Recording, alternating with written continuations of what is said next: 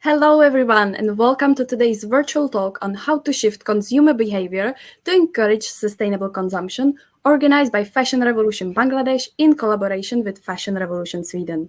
My name is Martina Brantlova, and I'm the head of research and publication at Fashion Revolution Bangladesh. And here with me to co-host today's session, I have Evelina Danielsson Valladares, a country coordinator at Fashion Revolution Sweden. We would also like to thank our media partners, the Business Standard and Ice Today magazine. Now, let me shortly introduce you to our amazing panelists. Bringing you a textile and innovation perspective, Dr. Shahriare Mahmood, a Chief Sustainability Officer at Spinnova in Finland. Next, we have two guests from academia, Dr. Taufique, a senior lecturer at Oxford Brookes Business School in the UK and also an advisor for Fashion Revolution Bangladesh. Second guest from the academia is Livia Quaresmini, a professor at Istituto Lorenzo de Medici in Italy. Followed by Lavinia Muth, a sustainability provocateur, as she likes to call herself, an educator, mentor, and a former corporate responsibility manager for an ethical fashion brand, Armed and Angels, in Germany. Next, we have Elisabeth Gudmundson, founder and owner of Bazaar in Sweden, and last but not least, Harper Hartel, a student, a fashion enthusiast based in Thailand, here today representing a Gen Z consumer. Now, without further ado, let's start today's session with you, Livia. So from your various experience as a professor, designer, a fashion business owner, what are the best ways to engage someone in sustainable fashion consumption? Well, I believe that the honest answer is through kindness. We need to set first the good example and explaining the reasons of our sustainable mindset. And I think this is a precious way to spread the news. Among your peers first, and that's, I think, fundamental to start with your inner circle. And then being prepared to set the good example. Eventually, I will say with time and patience, they begin to question what you have to put into question first, and then they're going to change accordingly. And even though we are very late to actually start this conversation, since the planet is already on fire and we are running out of resources, water is a major topic, for example, here in Italy, water scarcity. We need to wait for consumers to first swallow and then digest the information that they are given. I would like to quote Kate Fletcher, an activist, as an example. She said that change is not innocent. Change can bring struggle, pain, and tension. So we can't ask the customers for a forced change. So this is why I'm telling you kindness. This change needs to come naturally. But at least right now, the word is out through social media, TV shows, influencers, journalists, and it is slowly getting from early adopters, such as we might be, to early mainstreamers. Oh, such a nice message. Thank you for that advice to us and our audience. Now, when it comes to the style of the clothes, to you, Elisabeth, do you still have to break the stereotype that sustainable clothes aren't stylish or appealing, or has the narrative finally changed? I think it really has changed, yes. Thanks to the innovation of the new fabrics. And also some made fantastic jeans brands that make jeans that are just as good, better looking than most jeans brands. So the brands are really stepping up from being like what we used to call muesli a couple of years ago to fashion, good fashion. Mm. But like the other day, I read an article about Shein. Everyone knows Shein. That sustainable fashion have to make that crowd just as excited about fashion. And I don't think it's possible. It's that group of consumers. Shein is all about new, and it's not possible. So that sustainable fashion, that new, it's not it doesn't go together, I think.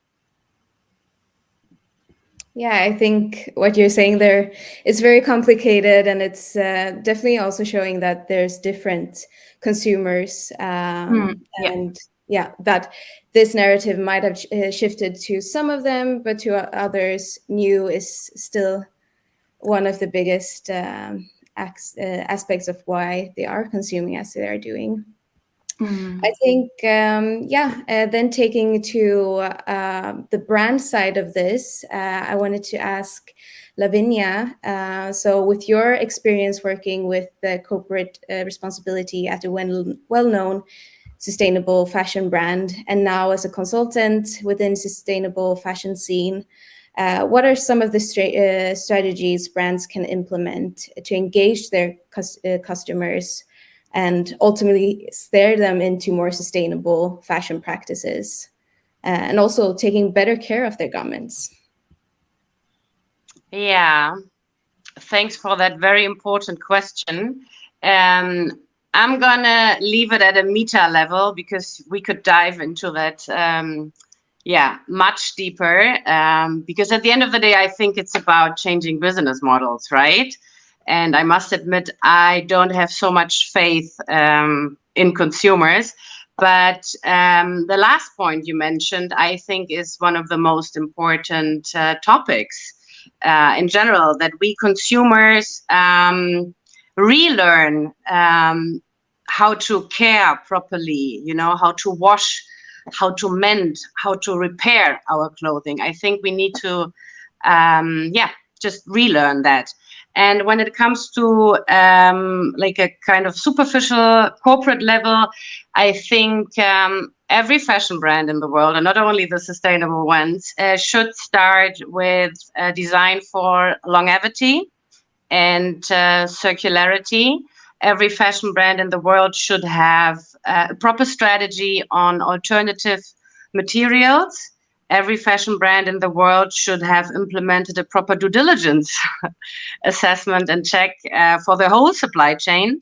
And I think if every fashion brand in the world would start with these 3 points, like giving out proper instructions for the clients and consumers on how to repair and mend and care their clothing, actually produce and design clothing which lasts longer, on the basis of, I would say, more sustainable and or alternative materials, and in risk-assessed supply chains. I think we would, the whole fashion scene and world would be at another stage than it is right now. Yes, yeah, thank you for that. I think, relearning is definitely a word that, I mean, in contrast to just consuming, also then relearning the practices of mending and taking better care of our garments, for sure. And brands definitely have a big impact on creating that, that possibility. And also, not only an impact, I do believe they have the responsibility to just put ethical products on the market. I don't understand how any company cannot do it, or is like, I don't know how CEOs can sleep at night who don't do it. I can't. I don't understand. A good note to them. And thank you so much. So my next question is to Shahriare. And you, who work with Spinnova, work very close with brands and how to implement your innovative products. It is, as we have been discussing already, I think, a very delicate area where brands take on new sustainable practices or materials, and where they often want to communicate about this, and still the core of their business models and their businesses remain unsustainable. So I think from your perspective, while of course collaboration is very important, do you think we should appreciate any sustainable effort that brands are doing, or does that have its limits? Now you're muted. Let's see. Yes, I am doing the first mistake probably already of the day. Yeah, so I think it's already what I have been hearing from the fellow panelists. It's really interesting to see the different stakeholders, how you can see the same problem from the different point of view. I have been actually working in the fashion industry over 2 decades, and considering really myself as a privileged, as I have been experienced in both upstream and downstream part of the value chain. So meaning that I have been working also for the brands and have been also working in the industry. And my role with the brand was really to lead the sustainability and bringing the sustainable innovations. And as you know, the consumers are increasingly more conscious, and we and the brands and retailers are really facing the consumer, and they have this so-called pressure. Also, there is the peer pressure, because there are several sustainability related, different kind of targets have been set. For example, we very much know the buzzword of reducing the carbon footprints and so on. I can see that, of course, there are a lot of effort by the brands. Brands are aiming for looking into the different kind of sustainable solution to, let's say, to reduce the carbon footprint in their value chain level, in their product level. But at the same time, I think they have also different kind of challenges. I mean, I appreciate the effort they are putting to make this effort to make the industry more sustainable, but there is really a clear gap that what the brands or retailers, the downstream wants, and what is really happening on the upstream. As I have been little bit learning from my working experience in the upstream side, that there are different kinds of challenges that not necessarily very visible to the brands and retailers on the downstream side. So there, the gap between these two parts, which is literally, I think, the main challenge to make the whole value chain sustainable. I have been actually addressing the same issue in my PhD, if someone would like to have a closer look into it in my thesis. So, but of course, the brands are very much in a critical position to make the whole industry sustainable, because they are the face between the industry and the consumer. So they are in a right position to bring the sustainable technologies like Spinnova. Spinnova has a great innovation, but not necessarily the consumers. When the fiber will be included in a product, not necessarily the consumers will know it. So the brands need to understand the sustainable value of this innovation and how to really present it to the market, to the consumers, and to bring this new kind of innovation, to commercialize this new kind of innovation. I think there is no other choice than brands and retailers to put effort on it, and to be the first adopters, and to then introduce to the industry. So all in all, I think I can see that, yes, I think we should appreciate the effort the brands are putting, but of course there are a lot to do. There are definitely have limitations, some of those what I have been mentioning. But that's great to hear. That's something positive, that there's definitely a step forward, even though, as you said, brands need to focus on the whole supply chain. Now, going back more to the consumer side, Khan, to you, to what extent do emotional factors versus rational factors impact green consumer behavior? All right, thank you. Emotion in general is a very strong driver of human behavior, and so is true for sustainable behavior, and more specifically about sustainable consumption behavior. In fact, many scholars suggest that emotion can bring sustainability and climate change issue close to human behavior. And we conducted one study that was published in Journal of Marketing Communication last year. And in that study, we compared the influence of emotional attachment to the nature versus cognitive knowledge on green consumption behavior. And interestingly, we found that emotional affiliation to the nature has much stronger influence on green consumption behavior than cognitive knowledge. Now, there are some important points here. The number one is how the emotion can be integrated in marketing, specifically in green marketing communications. So in our study, we recommended that number one way is to integrate some emotional message in emotional message plus visuals in the marketing communications, for example, advertisement on different media. Some brands are doing this, but the type of emotional message, the framing of the message is still, generating some mixed findings from the research. So this needs to be, further experimented. The second issue is, what type of emotional message is more effective in inducing consumer emotion.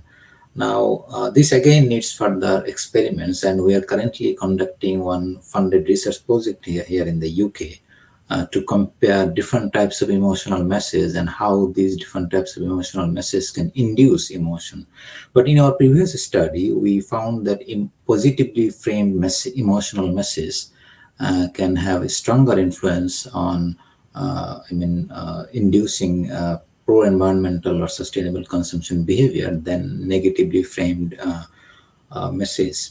So the bottom line is consumers obviously need to be knowledgeable, need to be aware about the environmental consequences of their consumption and purchasing behavior or decision. But being knowledgeable, being aware is not enough. In order for them to demonstrate sustainable consumption behavior, they need to be emotionally induced.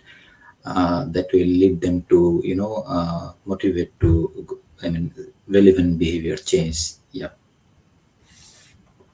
Thank you very much. So we're looking forward to the results of your next research that you're now conducting. Now, going to Harper. So what are the factors that influence you when you think about buying a new piece of clothing? And what role does sustainability play in your decision making? Well, as a member of Gen Z, we have grown up with iPads and Netflix, a constant stream of information directly at our fingertips. For us, consumption is up and more is more. The greatest factors that influence our generation are social media. So TikToks, Instagram Reels, and celebrities' Instagram endorsements are all huge factors. It's easier than ever for us to consume. We no longer need to rely on an adult to give us a ride to the store. We can instantly add to cart, and a huge plastic bag of clothing will arrive within days at our doorstep. So when Gen Z thinks about buying new clothes, what we should look at is 4 things: style, quality, ethics, and sustainability. Fashion should represent our values, which means sustainability plays a huge part in our choices. Our generation has grown up with a high awareness of environmental issues, but often these are overlooked when it comes to the latest fashion trends. Like, why is it that a plastic straw is seen as a huge problem, yet we treat clothes as disposable items and continue to consume them in mass quantities? I'm based in Asia, and there's a huge emphasis on new and how new is the best thing ever. So it's even better if it's wrapped in plastic. I would like to see more secondhand and vintage stores in big cities, because it doesn't only need to be sustainable clothing, it can also be secondhand, which is not only good for the environment, but you're reusing it. So we should be considering where our clothes come from, and are they made by companies who support sustainable fashion and pay a livable wage and who care about the planet. Amazing. I like your comparison to a plastic straw. That was to the point, really. And how do you stay informed about sustainable fashion choices? Do you have some sources that you use, a page that you follow, or? Yeah, so staying informed about sustainable fashion is really easy because there's so much information that can be positive on social media. What we see in our feeds is based on what we like, follow, and share. So to learn about sustainable fashion, Gen Z needs to be careful and deliberate about what we watch and who we engage with on social media. So engaging with influencers and celebrities and also organizations who support sustainable fashion, for example, Emma Watson, Stella McCartney, Fashion Revolution, and Oxfam, will help you learn more by getting to know the celebrity and also knowing that they support it. So by focusing on and sharing sustainable and ethical content, our feeds will start to show more about what we care about. And it's not just about what we watch, we also need to take action. We can choose more sustainable products, reduce demand for fast fashion, and support brands that are making a positive impact, and then we can post about it. We make vintage and thrift shopping hauls. Another example of this is in my international school. We have several student-led organization service groups on sustainability, and we even started a secondhand uniform store that is almost like our own little thrift store. So we need to make a change in our local communities before we can make an impact in our world. As Gen Z, we have the power to make a difference in the fashion industry. I think if we're dedicated and focus on really breaking the algorithm, by actively seeking out and sharing content that supports sustainability, we can also encourage our friends to demand from fast fashion brands to push them to adopt more sustainable and ethical practices. Thank you so much, Harper. That was really interesting to hear about your thoughts on this. A real pleasure, I think. And I mean, what you're saying about social media and how we can actually change what appears on our feeds is very, very inspiring. And I think it's something that, your generation for sure knows a lot about, because it is a very big part of your lives today. And I think we have a great trust in the youth of today, but also when it comes to sustainability, the responsibility sits within all of us. For all of us to take action in various spheres that we are in, whether it's as consumers or professionally. So thank you again, Harper. That was really nice to hear your thoughts. My next question is to Lavinia.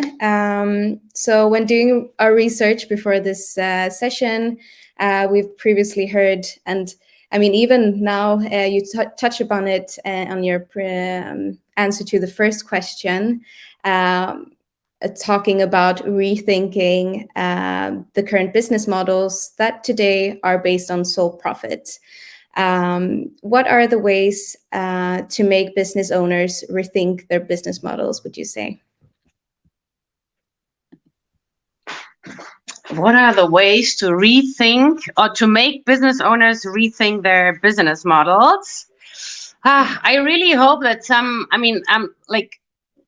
we are not fans of crisis, right? But right now we are in a crisis. I mean, we had the pandemic, now it's, a global recession, and sometimes crises do help us to rethink our way of living and our way of doing business. I actually had a lot of faith in the pandemic, especially when it comes to the work in supply chains, because basically the result of the pandemic was that the fashion brands with more resilient supply chains, that means the fashion brands with more transparency and more traceability, were actually the ones who could react and act better. They stayed true to their supply chain partners. Most of the brands were able to pay their orders. Most of the brands were able to survive that crisis. What I'm seeing right now is a lot of anxiety, especially a lot of anxiety in the global north, meaning Europe and USA and Canada. And right now, I must admit, I do not have so much faith in the business elite of the world, but personally, I am a convinced post-growth thinker, believer, economist, and I do believe in degrowth of the global north, which doesn't mean degrowth of the global south. I think we're going to touch this question later on. So I shut down with this for now. Mm-hmm. Yeah, we will go back to degrowth again, and for sure. I think, as you say, it is important to talk about these things, even though it can sound very frightening to some of us. We've been operating in a very capitalist society, but we are also now seeing some crises of that. So let's touch back on that topic later on. Yes, I think we are in the biggest capitalist crisis since we started doing this here. The last 400 years. It's definitely going into a future if with degrowth could definitely be alternative to that. So now going back a bit again to consumers, I wanted to ask Elisabeth again. So making a conscious purchase sometimes feel like at least an hour of going into the brand and just doing the research about their practices, materials, and so forth. How do you think brands can make it easier for the consumers to learn about all of this? I think first, the new EU laws will make it more difficult for non-sustainable brands to make green claims, for example. So the true sustainable brands, their claims will be more clear, I think. And also, I realized I had a pair of jeans. This is like Kings of Indigo. And what they have is like a QR code where you can follow where the production is and see.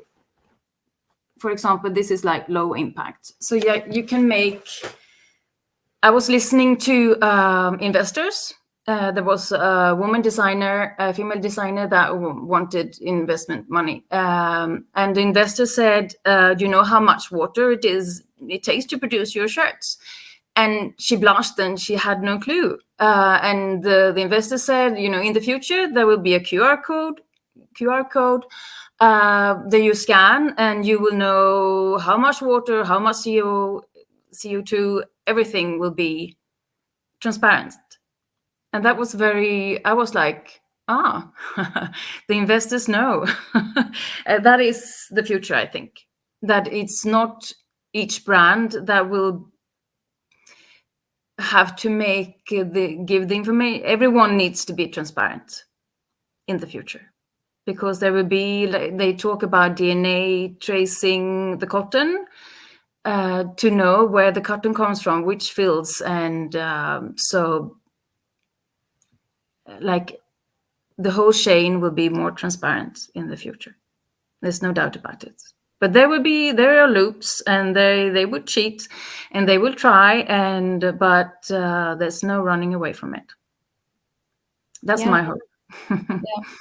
For sure. Transparency is definitely a key thing from the brand's perspective to provide for the customers to really make the better choices. And very interesting. Now hearing from Khan, actually what we already saw now from Elisabeth, eco-labeling, is it really effective, do you think? Or how does that play into the research that you've been doing?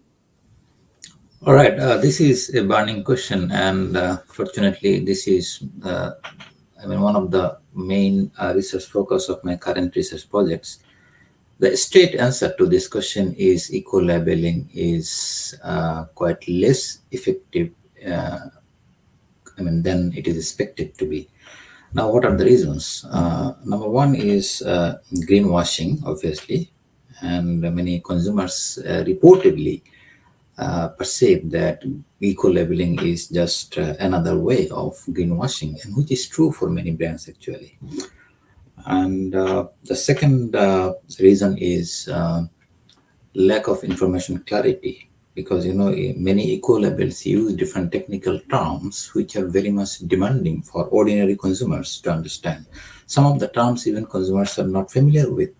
So that's where again more research is needed to come up with some easy to understand terms so that ordinary consumers can understand the terms like carbon neutral, CFC free, biodegradable. So these terms sometimes are not quite familiar to the ordinary consumers. The number three is label design and visibility of the label, which is also highlighted by Elisabeth. So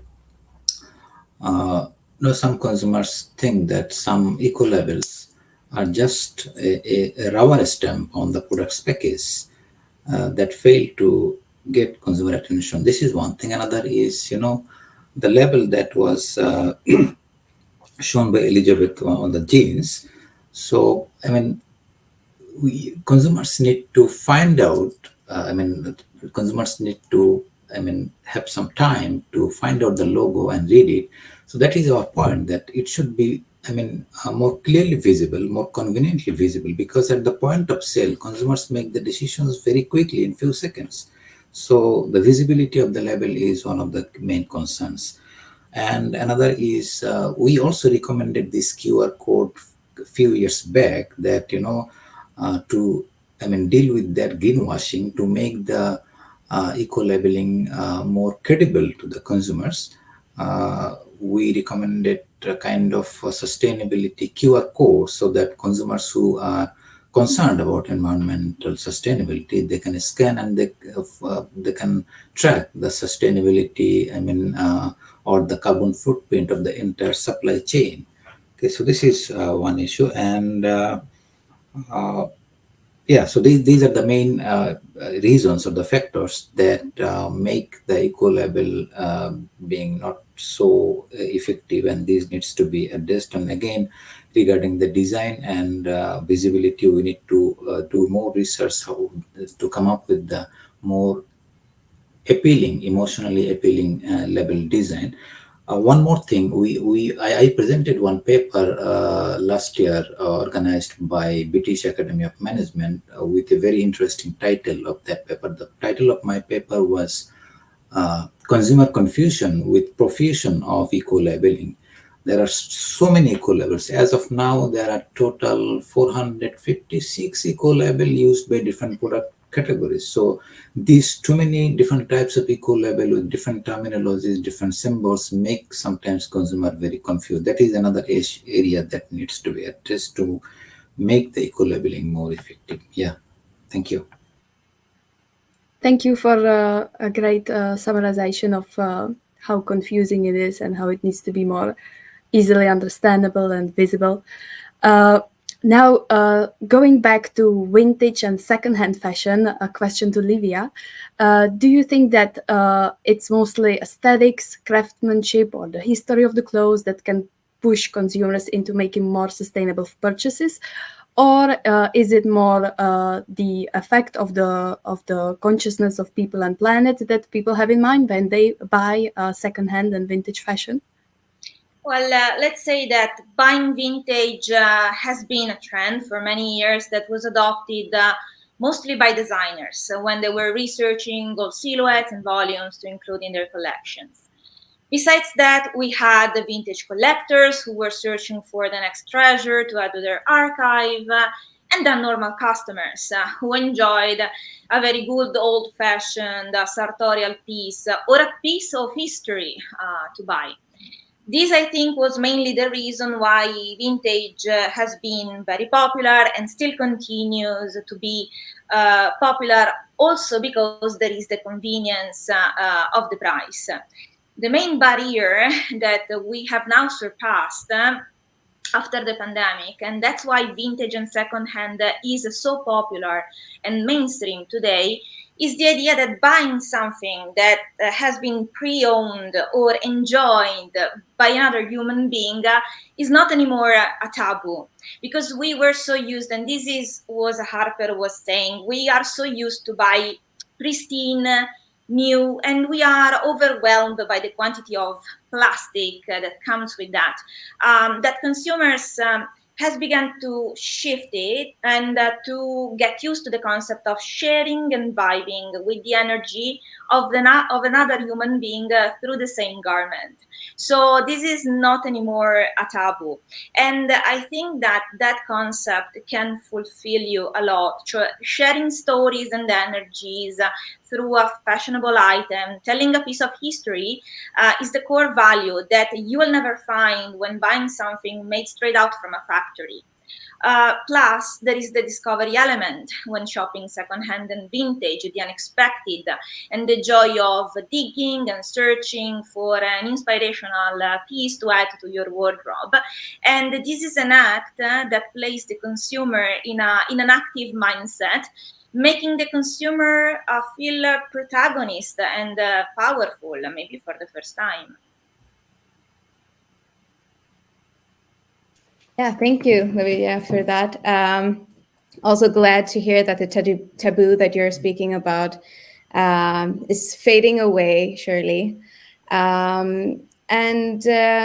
So while we are hearing a shift in attitude among consumers when it comes to sustainability, what we often also see is a discrepancy or a gap between consumers' favorable attitude towards and their actual purchase behaviors of green clothes or products. Khan, do you have a little bit of insight to what is the factors that are causing this attitude behavioral gap?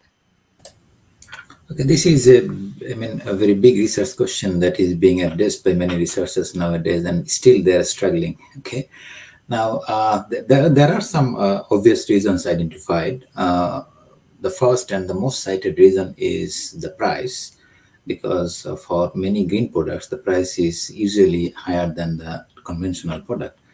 But price is not the concern for many consumers, specifically in the developed countries. Many consumers reportedly are willing to pay more high price, provided that the brand is credible in its environmental commitment, which is not the case for many brands. Okay, and that's why many brands who are really, practicing sustainability, they are publishing sustainability report every year or so. Okay? So that is one way to deal with that kind of greenwashing. And the second reason is private benefit or personal benefit. Some consumers are not motivated to buy green product just for the sake of environment. Rather, they want some personal benefits from that green product. We conducted one study on 3 different ethnic groups where we found Chinese consumers do buy green products, green food products specifically. Our study was on green food. So they buy green food products not because of the environmental concerns, but they think that green food is more nutritious and it has more health benefits. So in consumer behavior, we call them egoistic consumers who are always very much concerned about private benefits. If it is the case, then that benefit should be communicated to the customers in order to reduce that attitude behavior gap, because those egoistic consumers, if they find that these green products provide some or offer some personal benefits, then why not we communicate to them? And we are also, we have just recently got one research project fund. In that project, we aim to see whether highlighting the negative health effect of red meat induce consumers to avoid red meat, because beef industry is the biggest source of greenhouse gas emission in the entire food system. So that's what we want to see, whether, offering that kind of health hazard, communicating that health hazard of consuming too much red meat can, discourage them to avoid red meat. Okay? And another reason is obvious, which is again greenwashing, because or the credibility of the environmental quality claimed by the brand. So again, as I mentioned before, that to reduce that attitude behavior gap, to address this greenwashing, marketers should come up with some new type of labeling, as it was shared by Elisabeth, that marketers can use sustainability QR code, which also we recommended before. That customers, if the customers can, track the sustainability or the environmental footprint of it, of this entire supply chain of a product, then that may, make the brand to be more credible in its environmental commitment or environmental credentials. Yeah, I will stop there. Thank you. Yeah, thank you.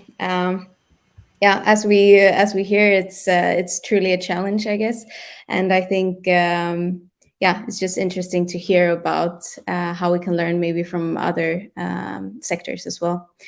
So to the next question, Lavinia, now we get back to degrowth. So I think it's been a concept that we've been hearing more and more recently. And can you tell me or us what does degrowth mean for the fashion industry, and particularly for brands and consumers? And as we touch upon, it's maybe a degrowth of the global north.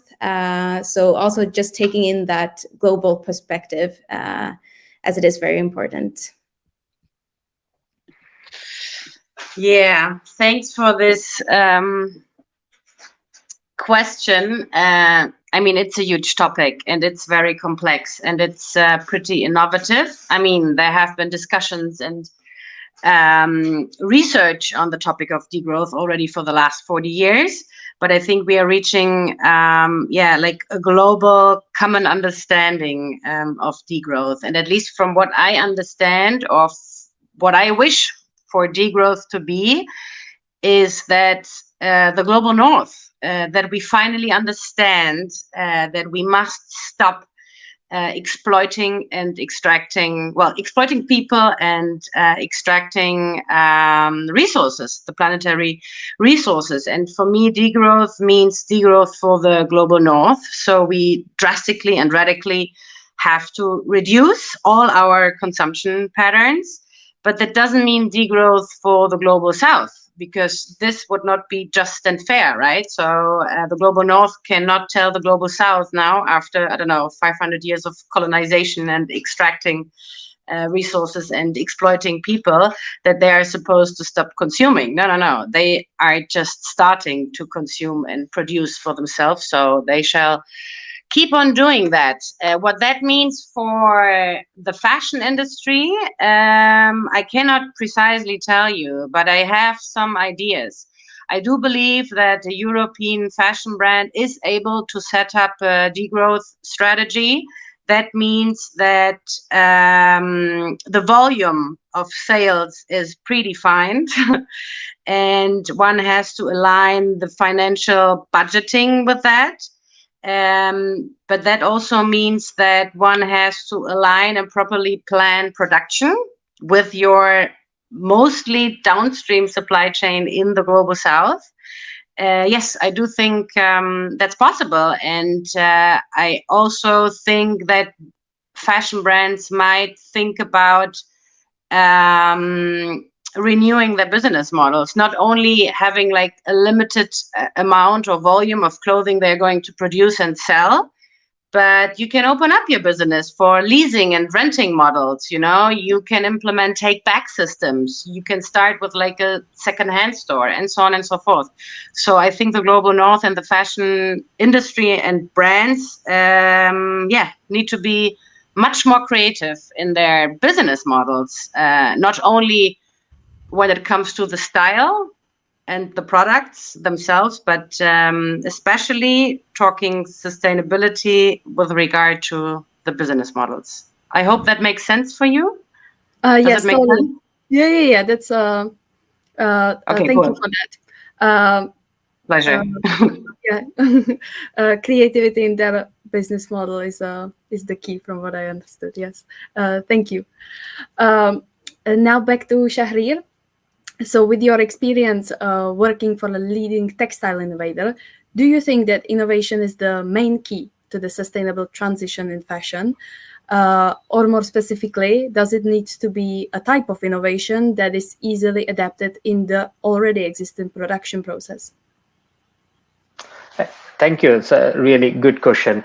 I mean, of course, it's one of the key thing. We need a lot of different kinds of innovations in different stages of the value creation process. But definitely, this is not only the area that can really rescue the whole industry or make the industry fully sustainable.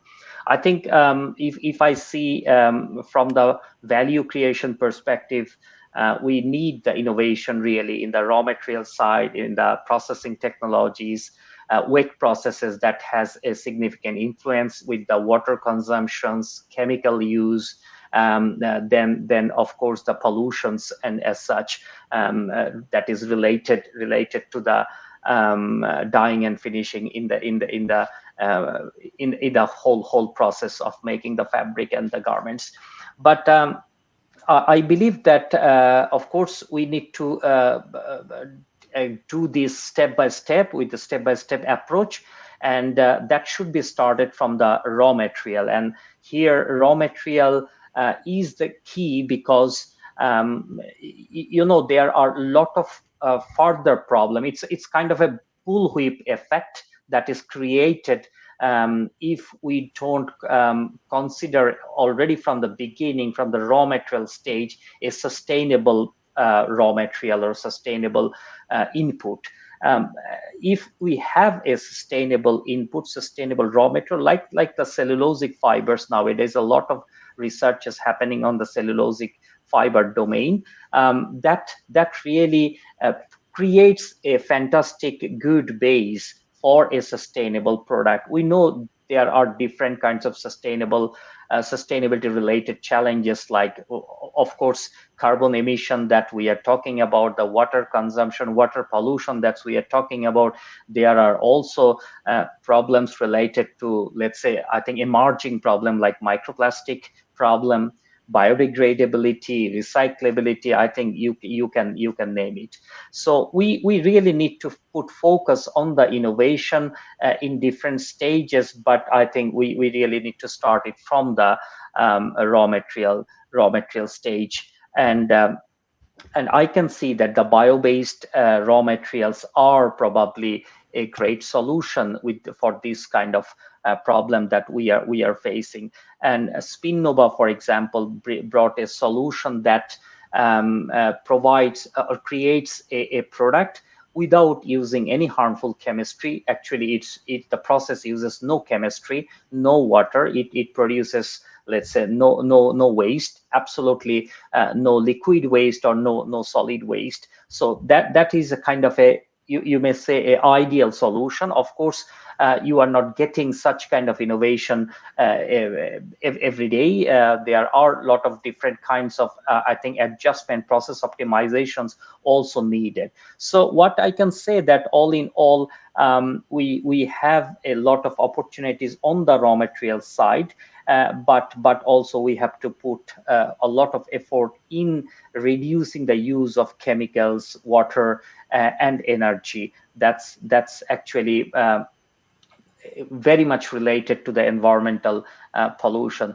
But what I have seen working in this domain at the moment, I mean, in the innovation related company, we have seen that bits and pieces are happening here and there. I have been telling it in many different other forum also, that we really need a collaborative approach. So with the fiber fiber solution cannot really help the whole industry to make it more sustainable, but we really need in all different stages more and more innovations. And then of course the change in the mindset in all different areas. I have been mentioning earlier about the upstream and downstream. I think we really need a match. We need a collaboration, and then we can really make the value chain sustainable, which will produce ultimately sustainable products, so that I think consumer that looking for a sustainable product that can be already automatically achieved if we can make a value chain more sustainable. Yeah, I think that's what probably my answer, if it makes sense for you. Yes, totally. And Spinnova's innovation as an example is fascinating. Yeah, thank you. Now back to Lavinia. A question I'm very much looking forward to your answer. As an expert in ethical business practices and social justice, could you explain why sustainable fashion is an intersectional issue? Why is it a women's rights issue, an environmental justice issue, a decolonization issue? Oh yeah, I love that question. Yeah, it's an everything issue, I think, because I mean, fashion hasn't been unsustainable only since fast fashion.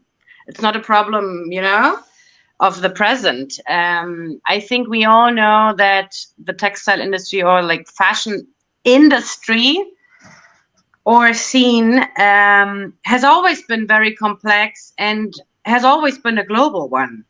And at least from what I know, the last 500 years, the whole system was and is built on exploitation. So basically, you know, 450 years ago, the Brits walked in, which is today Pakistan and India, and started robbing the white gold, you know, cotton from there. Same happened on the African continent, and in the Caribbean, in Brazil, and in what is today the United States of America. And yeah, cotton cultivation was based on slave labor. And yeah, and I must admit, not so much has changed, you know. And nowadays it's not obvious slavery what is happening, but there's a lot of forced labor and modern slavery happening in the fashion industry and in the textile industry. And we also know that at least at cut, make, trim level, at confection level, you know, the last stage of the textile production supply chain, we mostly talk about 60 to 70% women workers, and gender-based violence, the gender wage gap, are still huge issues. So fashion is and has always been intersectional, and the problems and challenges we are facing in the industry as well as in society are intersectional, and we finally need to start tackling them. And eventually, one very important thing for me personally, what I would like to say to finish my answer is that we should start, or we need to stop confusing transparency with justice. Transparency is a very important indicator, starting point, but it's not enough. You know, we have been talking a lot about transparency. It's not enough. So we need to implement transparency in order to finally bring justice to the people making our clothes.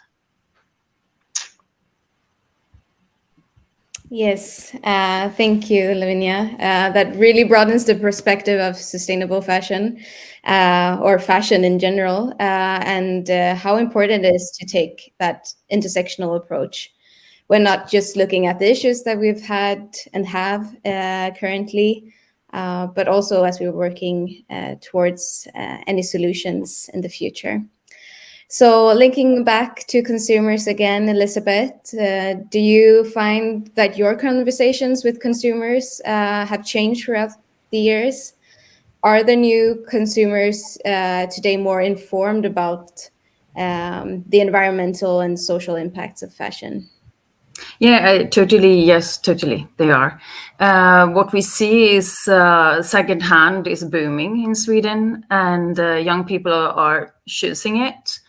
Whereas I've been working with this since 2005. I want to change the textile industry from the bottom up.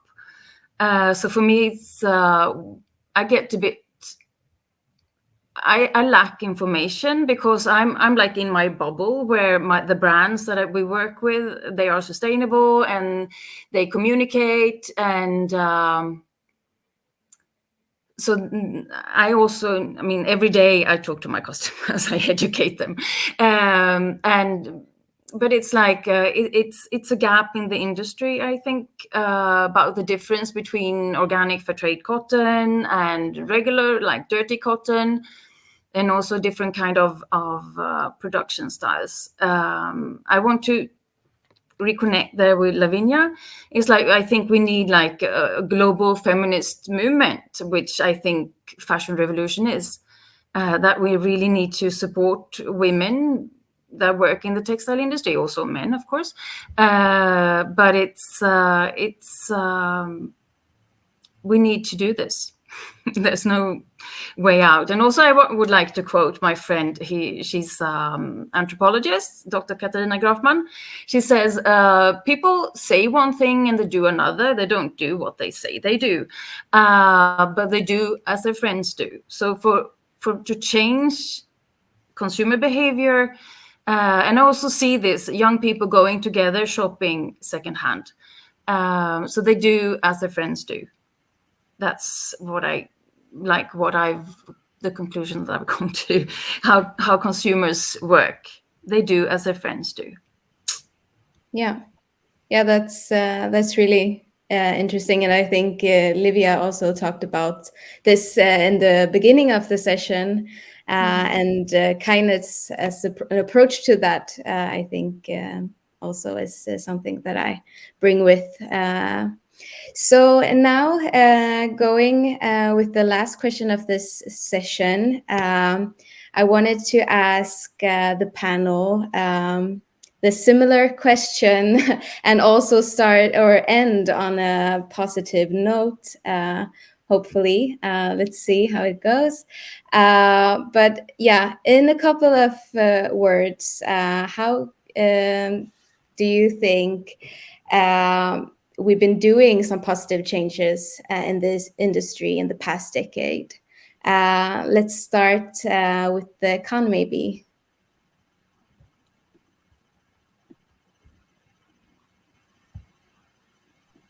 Khan, are you with us? Otherwise, we can maybe start with Lavinia. Do you have a positive note on how we've been doing some positive changes within the past decade? I have more negative examples, but there are some positive examples. For example, when it comes to chemical management, I think a lot has been happening in the last 10 to 15 years. It's more secure, and there's chemical inventories and so on and so forth. And there's some efforts have been made in terms of social justice with very specific modern slavery systems in some production countries. So yes. But all this was basically thanks to workers on the ground claiming their rights. This was not the work of brands. This is very important to emphasize. Yes, very important. Okay, Livia, do you have a response to this question?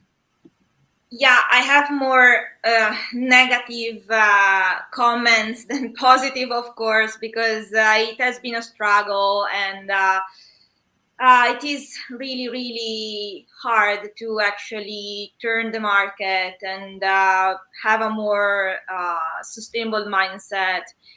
But we're trying. I mean, as a teacher, I have these, I will say, I want to inspire other people. And again, I would like to set a good example. This is what I do, and I think it is the most sustainable way I can be in fashion right now.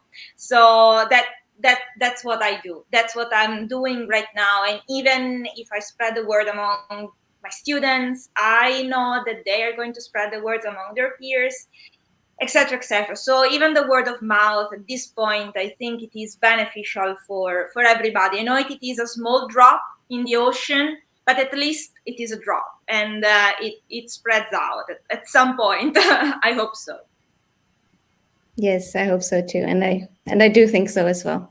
Okay, Khan, do you have a response to our last question? Do you have anything positive that you've seen in the last decade that you want to share with us? Yeah, there are some positive changes. If we look at the consumer's perspective, consumers are becoming more and more concerned, specifically in the developed world, and governments are also coming up with some regulation. That's what it is needed for the industry, I think. Especially since I have been working on this greenwashing and eco-labeling. So many marketers or many brands are just taking the advantage of using this labeling. I mean, and that even is a problem for that brands who are truly sustainable. Okay, so then that is an issue. But there are some ways, as I mentioned, some companies are now publishing sustainability report yearly or so. So these are some positive changes that I think will make some differences. Okay. Yeah. So, Shahriare, what are your thoughts on this? Yeah, I mean, I think I have been working now over 2 decades now in the industry, so I have been seeing many different kind of changes. But I think lately what we have seen among the brands and also in the industry, there are, I think, a lot of happening. We also see a lot of different kind of innovations are coming, not only in the fiber domain, but in many different kind of areas, a lot of different innovations. I think all of these are happening last maybe in this 5 years period. So I would expect that quite a much would come. And as I'm sitting here in Finland, we know that in Finland, there are several fiber innovations are happening. We know in neighboring country, Sweden, there are a lot of innovations are happening. Seeing all those kind of things, interest by the brands, interest by the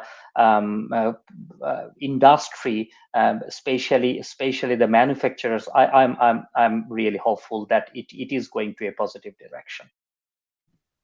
Cool, thank you. Okay, lastly, I will ask Elisabeth the same question. What are the positive changes that you've been seeing lately? Well, lately, yeah, the young people buying secondhand, the brands, like also with the innovations that only the sustainable brands, but also the unsustainable brands, they use more sustainable fabrics, materials, and also the EU laws, and also the collaboration between there was I think the 3 Dutch jeans brands, they work together to have like better working conditions in factories. There are more collaborations coming up. And when I do the buying, the fashion week in Copenhagen and also in Stockholm, there's much more focus on sustainability. There's even the SDG cubes, like, Evelina. Like you can see on the wall which SDG they are working with. So it's and that's been going on for 2 years. So lots and lots. I think it's lots of things are happening. Good things. Amazing. Thank you so much. And thank you all for sharing your thoughts on that question. And I'm glad to hear that some positive. What about Harper? Sorry. Yeah, Harper, do you want to? Of course. Yeah, it's important to have her voice. Yeah, well, I was going to say that there are some positive things happening, but For example, there are a lot of sustainable brands that are coming, and they're building more and more, but there are a lot of next steps that they need to take. For example, sustainable fashion tends to be more expensive. So if we want everything to be sustainable, then we have to make sure that we can project it to every single audience and not just have it be the people who, the middle and higher class who can afford it, and then have all of the lower class be buying the cheaper, non-sustainable. So we need to make it accessible to everybody, which it isn't currently. So the positive thing is that there's a lot of it, but it's not affordable to everybody. So yeah. Amazing. Yeah, thank you so much. And thank you also, Lavinia, for reminding that Harper also have a very good note as we now heard. Thank you all for that insight to and thought to that question. We're leaving on the positive, but also continuing working and going about life within this sphere to see a more sustainable future. I really hope so. I would like to wrap up by thanking you all for participating. It has been a pleasure to hear about the different perspectives and thoughts that you've been having around consumer behaviors and sustainable consumption. And I think really beyond that as well, because we've been touching upon lots of different topics around fashion and sustainability. So to end this, a personal reflection from me, as I've been listening to you all, is that it's just how important it is to hear from the different perspectives and to welcome these perspectives into the discussion. No one has all the answers, but together we definitely can find the best solutions as we make our way into a more sustainable fashion future and practices. So a great thank you for all of the panelists for contributing. I hope to see and talk to you all again soon. And dear audience, thank you so much for being with us. See you again next time. Thank you.